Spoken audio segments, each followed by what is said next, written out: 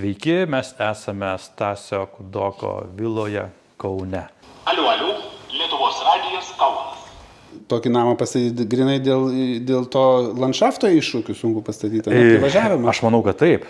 Labai geri įspūdžiai, patinka gyventi name, kuris įtrauktas į paveldą. Aš noriu paklausti, ar nesivaidena čia nais? Kartais atrodo, kad vaidenasi. Rimtai? Čia atvirkštinės tokia, ne? Nuo išėjimo į įėjimą.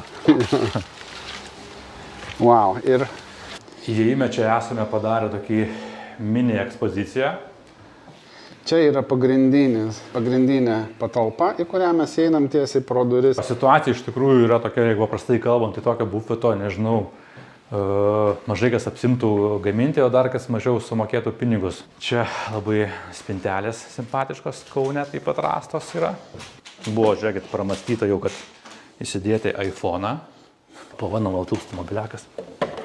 Matot, kaip viskas, kaip jie į priekį mąstė smarkiai, kokie buvo futuristai. Prieš 100 metų praktiškai jau pagalvota buvo apie iPhone'ą. Taip, kur pasidėti. Domėjimas Art Deco prasidėjo nuo šito liustro. Ir tokia istorija yra, kad pamačiau pas draugo močiutės bute ir paprašiau, kad jisai parduotų man šitą liustrą.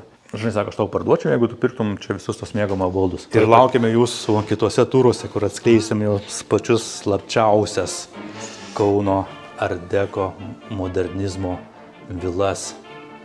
Pačias slapčiausias kerteles. Kerteles, taip. Daug slaptesnės negu šita.